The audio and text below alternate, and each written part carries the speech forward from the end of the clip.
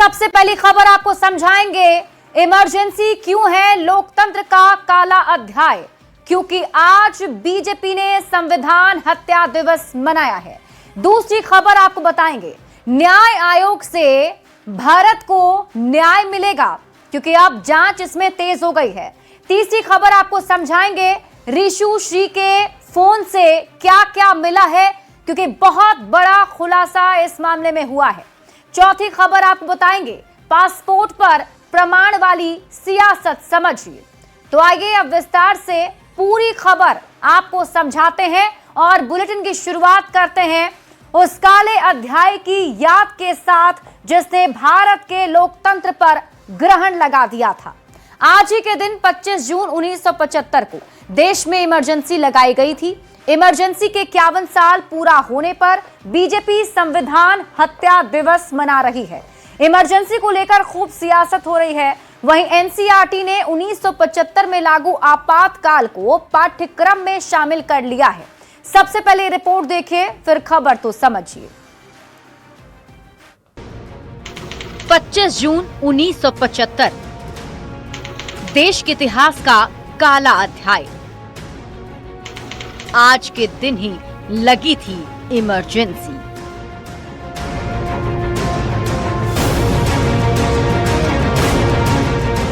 पच्चीस जून 1975 का दिन एक ऐसा गहरा जख्म है जिसे देश कभी भूल नहीं पाएगा। इसी दिन इंदिरा गांधी ने देश में इमरजेंसी लागू कर लोगों के अधिकारों को छीन लिया था। प्रेस पर सेंसरशिप लगा दी गई थी। विपक्षी नेताओं को सलाखों के पीछे भेज दिया गया था। इमरजेंसी लागू होने के बाद लोगों के दमन का खौफनाक सिलसिला शुरू हो गया था। उस दिन को याद कर लोग आज भी सिहर उठते हैं। देश में इमरजेंसी के 51 साल पूरा होने पर बीजेपी संविधान हत्या दिवस मना रही है। प्रधानमंत्री नरेंद्र मोदी ने सोशल मीडिया एक्स पर पोस्ट करते हुए लिखा, संविधान हत्या दिवस आज हमें उस काले दौर की याद दिला रहा है जब भारतीय लोकतंत्र को बुरी तरह से कुचला गया था। आपातकाल के 51 साल पूरा होने पर सियासत भी गरमाई हुई है। पटना के ज्ञान भवन में बीजेपी ने संविधान हत्या दिवस मनाया। बीजेपी नेताओं ने कांग्रेस पर जमकर भड़ास निकाली। लोग आजादी की लड़ाई के लिए तो गोली खाते रहे, लेकिन लोकतंत्र स्थापित करने के लिए तानाशाह के खिलाफ इस तरह का आंदोलन सिर्फ और सिर्फ भारत में हुआ। 1,31,000 लोगों को बिना कारण और बिना जुडिशियल स्क्रूटनी के जेल के अंदर डाला गया था। संख्या थी 1,31,000। वहीं सरकार ने पहली बार 1975 में लागू आपातकाल को पाठ्यक्रम में शामिल किया है। एनसीईआरटी ने क्लास 9 के लिए सोशल साइंस की किताब understanding society India and beyond part 1 जारी की है। इस अध्याय में 25 जून 1975 को तत्कालीन प्रधानमंत्री इंदिरा गांधी की सलाह पर लगाए गए आपातकाल को भारतीय लोकतंत्र का सबसे विवादास्पद दौर बताया गया है। न्यूज़ 18 के लिए पटना से शैलेंद्र कुमार की रिपोर्ट।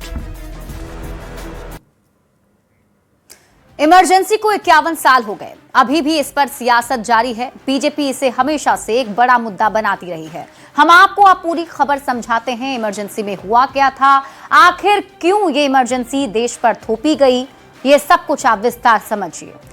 इमरजेंसी क्यों लगाई गई, तो भारतीय लोकतंत्र का इसे काला अध्याय कहा जाता है। इमरजेंसी को आखिर काला अध्याय क्यों कहते हैं, ये जानने से पहले आप ये जान लीजिए कि कब इमरजेंसी लागू की गई थी। तो 25 जून 1975 से लेकर 21 मार्च 1977 तक ये चला था, यानी लगभग 21 महीनों तक पूरे देश में आपातकाल लागू रहा। अब ये भी जान लीजिए किसने ये आपातकाल लगाया था। तत्कालीन प्रधानमंत्री इंदिरा गांधी ने ये आपातकाल लगाए थे। अब आपके मन में भी ये सवाल उठ रहा होगा कि आखिर इंदिरा गांधी ने ऐसा किया क्यों। तो आपको बता दें कि आंतरिक सुरक्षा का हवाला देकर इंदिरा गांधी ने इमरजेंसी लगाई थी। संविधान के अनुच्छेद 352 के तहत आपातकाल लागू किया गया। और अब आप समझिए कि इमरजेंसी क्यों है भारतीय लोकतंत्र का काला अध्याय। तो इमरजेंसी के दौरान कई ऐसे अमानवीय कदम उठाए गए जो लोकतंत्र में कभी स्वीकार्य नहीं है। लोकतंत्र और मौलिक अधिकारों का निलंबन कर दिया गया। न्यायालयों से न्यायिक समीक्षा के अधिकार सीमित कर दिए गए। बिना किसी मुकदमे के विपक्षी नेताओं को गिरफ्तार किया गया। जेपी, मोरारजी देसाई और अटल बिहारी वाजपेयी जैसे नेताओं को जेल में डाल दिया गया। 1 लाख से अधिक लोग सलाखों के पीछे भेज दिए गए। मीडिया और प्रेस की स्वतंत्रता पर पूरी तरह से पाबंदी लगा दी गई। सरकार के खिलाफ कुछ भी छापने या बोलने की अनुमति उस वक्त किसी को नहीं थी। और आपको बता दें कि 42वां संशोधन करके कार्यपालिका की शक्तियों को भी असीमित कर दिया गया। नागरिकों की जबरन नसबंदी और झुग्गियों को तोड़ने जैसी अमानवीय नीतियां भी उस वक्त अपनाई गई थी। और इसीलिए आज इमरजेंसी के 51 साल बाद भी लोगों के जहन से वो तस्वीर नहीं जा पाती है और बीजेपी आज के दिन को लोकतंत्र की हत्या के दिवस में मना रही है। और यही वजह है कि अभी भी इस पर सियासत जारी है। बढ़ते हैं आगे और अब बात सबसे बड़े टेंडर घोटाले की। ऋषु श्री टेंडर घोटाला मामले में जांच कर रही एसवीयू ने निगरानी की विशेष अदालत में 4000 पन्नों की चार्जशीट दाखिल कर दी है। इस चार्जशीट में कई ऐसे खुलासे किए गए हैं जो ये सवाल खड़ा करते हैं कि आखिर एक निजी व्यक्ति तक सरकार के बेहद गोपनीय दस्तावेज पहुंच कैसे रहे थे। ये सब कुछ आपको समझाएंगे, लेकिन उससे पहले ये रिपोर्ट देखिए।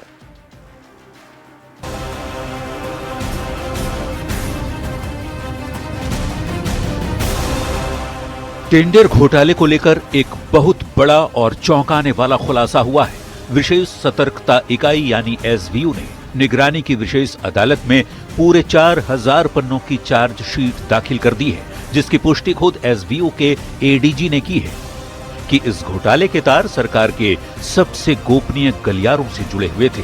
इस पूरी चार्जशीट का सबसे सनसनीखेज जो केंद्र बिंदु है वो है ऋषु श्री का मोबाइल फोन। जांच में सामने आया है कि बिहार सरकार के अलग अलग विभागों में रिश्वत देकर टेंडर हथियाने वाले इस शख्स की पहुंच सीधे कैबिनेट के सीक्रेट दस्तावेजों तक थी। ऋषु श्री के मोबाइल से ऐसे संवेदनशील और गोपनीय सरकारी दस्तावेज बरामद हुए हैं। एसवीयू के मुताबिक ऋषु श्री का सरकारी सिस्टम में बैठे रसूखदारों और अफसरों के साथ तगड़ा नेक्सस था। वो मोटी रिश्वत के दम पर फैसले होने और मंत्रियों और अफसरों के हस्ताक्षर होने से पहले ही कैबिनेट नोट और टेंडर की नोट शीट अपने मोबाइल पर मंगवा लेता था। इसी एडवांस इंफॉर्मेशन के बूते वो करोड़ों अरबों के टेंडर को आसानी से मैनेज कर रहा था। अब जब करीब 4000 पन्नों का ये पूरा कच्चा चिट्ठा अदालत के सामने है, तो आने वाले दिनों में बिहार प्रशासनिक अमले में कई बड़े चेहरों पर गाज गिरनी तय मानी जा रही है। देखना यह है कि अभी और कितने चेहरे सामने आते हैं। न्यूज 18 के लिए पटना से अमित कुमार के साथ ब्यूरो रिपोर्ट। तो ऋषु श्री मामले की जांच एसवीयू की टीम कर रही है, जिसमें बहुत खुलासे हुए हैं और हमने आपको पहले ही बताया था कि 4000 पन्ने की एक चार्जशीट भी दाखिल की गई है। अब आप पूरी खबर समझिए, इस 4000 पन्ने में आखिर था क्या, और जो जानकारी सामने आई है वो तो चौंका देने वाली है। और यही कहा जा रहा है कि इन सब में ऋषु श्री के मोबाइल से बहुत बड़ा खुलासा हुआ है, जिसमें यह साफ पता चल रहा है कि ऋषु श्री के पास वो सारी जानकारी थी जो सरकार के कैबिनेट में ली जाती है, या फिर वैसे दस्तावेज उस तक पहुंचते थे जो काफी सीक्रेट दस्तावेज होते हैं। सबसे बड़ा सवाल यही उठता है कि आखिर ये सारी सीक्रेट दस्तावेज उस तक पहुंचती कैसी थी। ये सब कुछ आपको समझाते हैं। देखिए, 4000 पन्ने सुनकर ही आपको चक्कर आने लगा होगा। और सोचिए कि इस एक व्यक्ति के दिमाग में ऐसी खुराफात थी कि गुनाहों का ऐसा सिलसिला शुरू हुआ कि 4000 पन्ने भर गए। उन 4000 पन्नों में क्या था, आपको शॉर्ट में बताते हैं। तो एसवीयू ने 4000 पन्ने की चार्जशीट दायर की है। मोबाइल में गोपनीय सरकारी दस्तावेज मिले हैं। कई विभागों में घूस देकर टेंडर लेने के सबूत भी मिले हैं, और ये सब कुछ ऋषु श्री के मोबाइल से बरामद हुआ है। यानी वो डॉक्यूमेंट्स भी ऋषु श्री के मोबाइल में मिले हैं जो ये बताते हैं कि घूस देकर टेंडर लिया जाता था।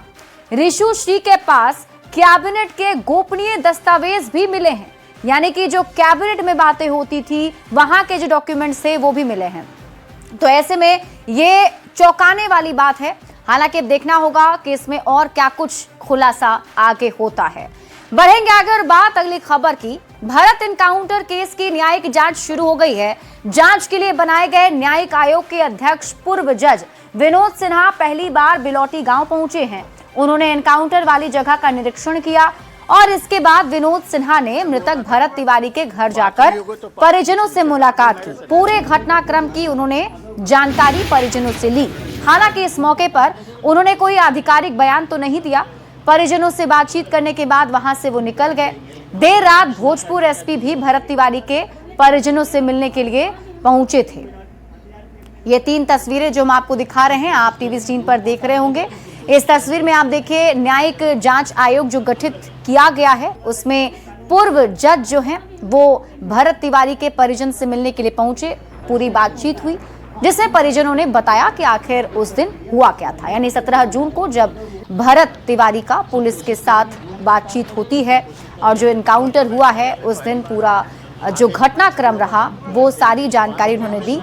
मीडिया ने बातचीत करने की कोशिश की लेकिन पूर्व जज ने कोई आधिकारिक बयान इस दरमियान नहीं दिया। उनके जाने के बाद रात में भोजपुर के एसपी भी भरत तिवारी के घर पहुंचे और बातचीत उन्होंने की और ये पूरा भरोसा दिलाया गया कि जो न्यायिक जांच हो रही है उसमें सब कुछ देखा जाएगा और न्याय का भरोसा एक बार फिर से परिजनों को दिलाया गया है। लेकिन परिजनों की सिर्फ एक ही मांग है कि जल्द से जल्द कार्रवाई हो और जो भी दोषी पुलिसकर्मी हैं उन्हें फांसी की सजा हो, क्योंकि भरत तिवारी के परिजनों में काफी ज्यादा आक्रोश है और उनकी मांग बस यही है कि न्याय जल्द से जल्द किया जाए।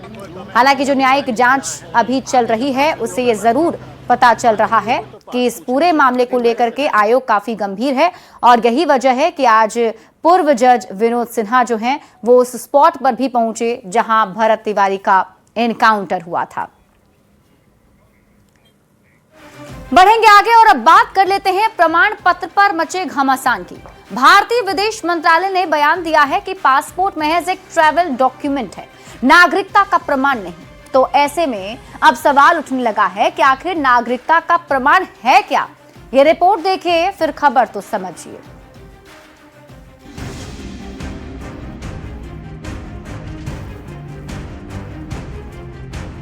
पासपोर्ट को लेकर एक ऐसी खबर आई है जिस पर नया घमासान छिड़ गया है। विदेश मंत्रालय ने साफ साफ कहा है कि भारतीय पासपोर्ट नागरिकता का प्रमाण पत्र नहीं है बल्कि एक यात्रा दस्तावेज है।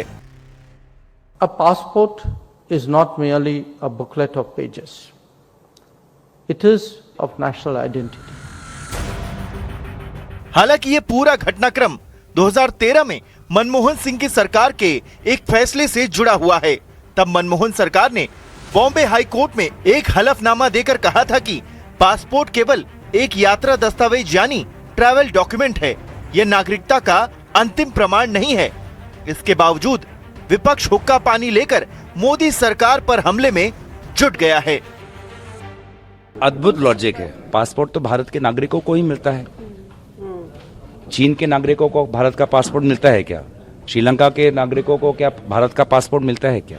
जिस राह पर देश जा रहा है, अब ऐसा लगता है कि आने वाले दिनों में बीजेपी का मेंबरशिप का कार्ड सिटीजनशिप का हो जाएगा। सबसे बड़ा सवाल है कि जो हलफनामा मनमोहन सिंह सरकार के दौर में बॉम्बे हाई कोर्ट में दिया गया था, उसे लेकर मोदी सरकार पर सियासी आक्रमण क्यों किया जा रहा है?